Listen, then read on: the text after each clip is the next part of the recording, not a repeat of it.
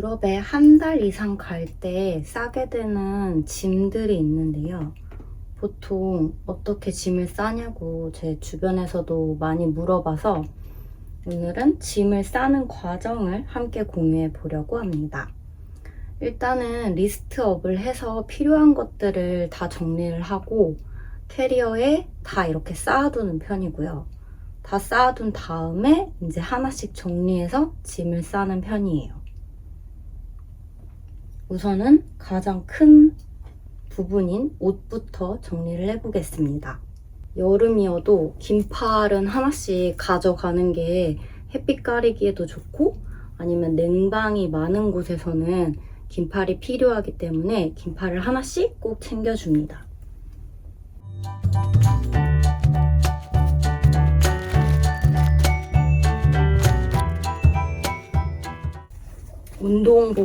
운동할지 모르니까 운동복은 꼭 한두 벌씩 챙겨주고요.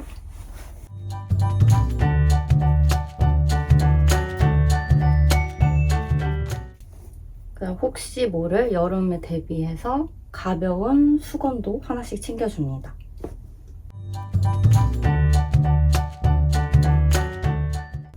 잠옷도 한두 벌 정도 챙겨줍니다.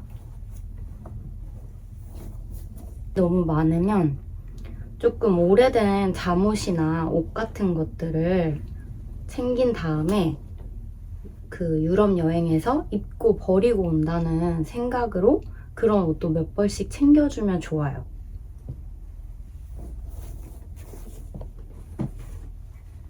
모자도 하나씩은 미리 필수로 챙겨주는 게 좋습니다. 양말 같은 경우에는 캐리어에 이쪽 주위 테두리 부분이 생각보다 많이 들어가거든요. 그래서 이런 끝에 부분에 양말은 구겨져도 되고 하니까 이런 끝에 부분에 쑤셔서 넣어주는 게 좋습니다. 짐이 많은 경우에는요.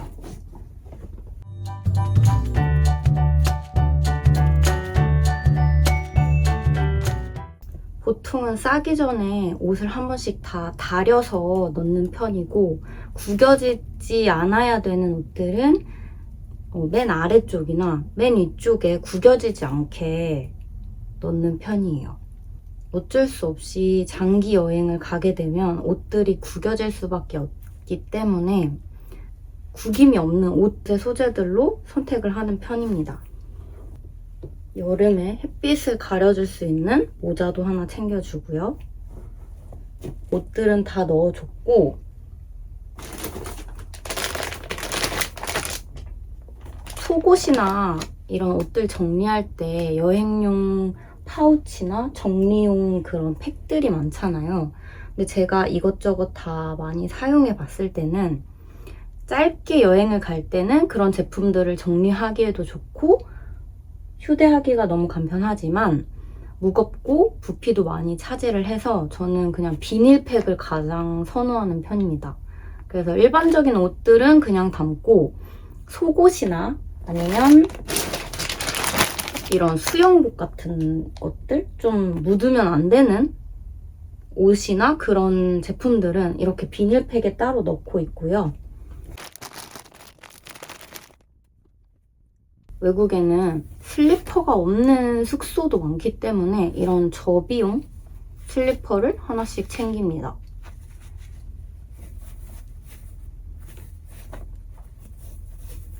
이거는 기내에 가지고 타서 비행기 안에서 착용해도 좋아요. 그리고 세면용품 같은 경우에도 이렇게 지퍼백에 다 담아서 저는 짐을 쌉니다. 좀 깨질 수 있는 거나 아니면 터질 수 있는 그런 제품들은 옷 사이에 넣어야 훼손이 안 되기 때문에 이런 중간에 쑤셔가지고 옷과 함께 넣는 편이고 이렇게 지퍼로 잠글 수 있는 부분과 그냥 넣는 부분 있잖아요. 그 지퍼로 잠글 수 있는 부분은 고정이 돼서 흔들리지 않거든요, 보통.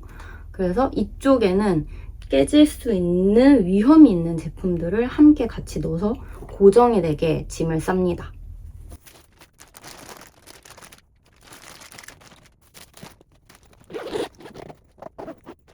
반대편 쪽은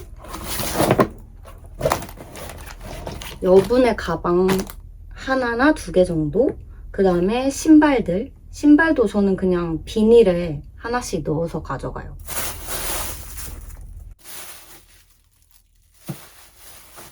지금은 공간이 넓어서 이렇게 넣지만 만약에 공간이 없다고 하면 신발도 한 켤레 한 켤레 비닐에 담아서 구석구석에 넣을 수 있는 곳에 쑤셔서 넣는 편입니다. 한식을 굉장히 좋아하기 때문에 유럽에 가면 취사를 할 수 있는 숙소를 한두 개 정도 잡는 편이에요. 그래서 한식을 해 먹거나 아니면 현지에 있는 요리 재료들을 가지고 요리를 해 먹는 걸 좋아하거든요. 그럴 때에 가져갈 수 있는 제품들, 참치라던가 햇반은 무조건 가져가야 되고요. 햇반이나 이런 즉석밥은 사실 한식을 파는 마트에서도 잘 팔지를 않고 비싼 경우가 많아요. 그래서 이런 즉석밥은 꼭 챙기는 편이고, 김 이런 거 가져갈 수 있는 것들은 챙기는 편입니다. 그리고 한 달 이상을 가게 되면 어떻게 될지 모르니까 가벼운 양우산 하나씩 챙겨주고, 여자분들 같은 경우에는 현지에서 구매해도 괜찮지만 예민하거나 본인이 쓰는 제품이 더 편하니까 생리대 같은 경우에도 꼭 챙겨갑니다.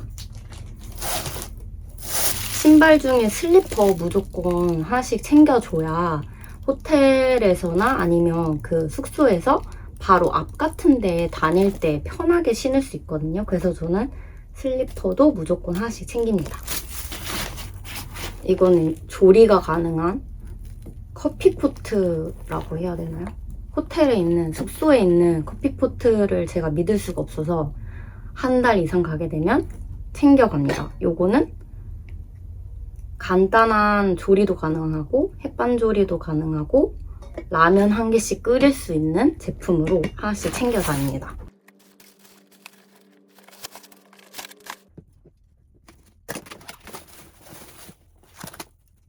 보통 좀 널널하게 싸는 편이고요. 최대한 캐리어를 가볍게 가져가서 현지에서 구매할 수 있는 것들은 구매해서 사용하는 걸로 짐을 싸고 있습니다.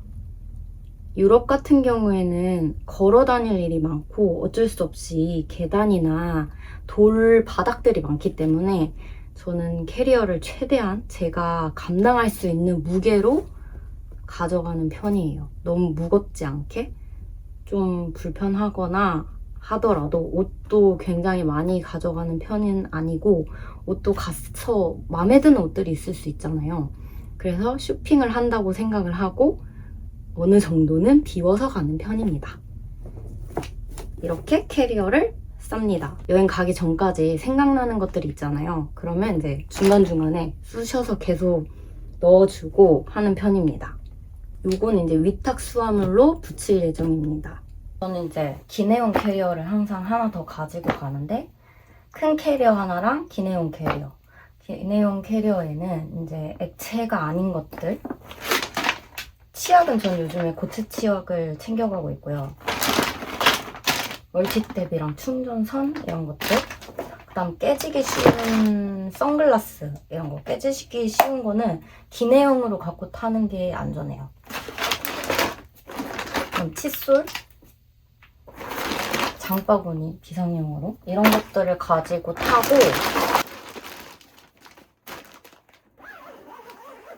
역시나 한쪽은 비워둡니다. 여기 이제 면세품 같은 거 넣을 자리, 그리고 공항에서 계속 메고 있다가 무겁다 하면은 얘도 여기다 그냥 넣어버려요. 공항 도착하거나 이러면 얘도 그냥 넣어버리는 편이고, 그 다음에 비행기 타기 직전에 필요한 것만 여기다 넣어서 다시 빼서 하는 편. 그래서 캐리어는 2개를 가지고 갑니다. 기내용 하나, 위탁수화물 큰 캐리어 하나 해서 2개를 가지고 갑니다.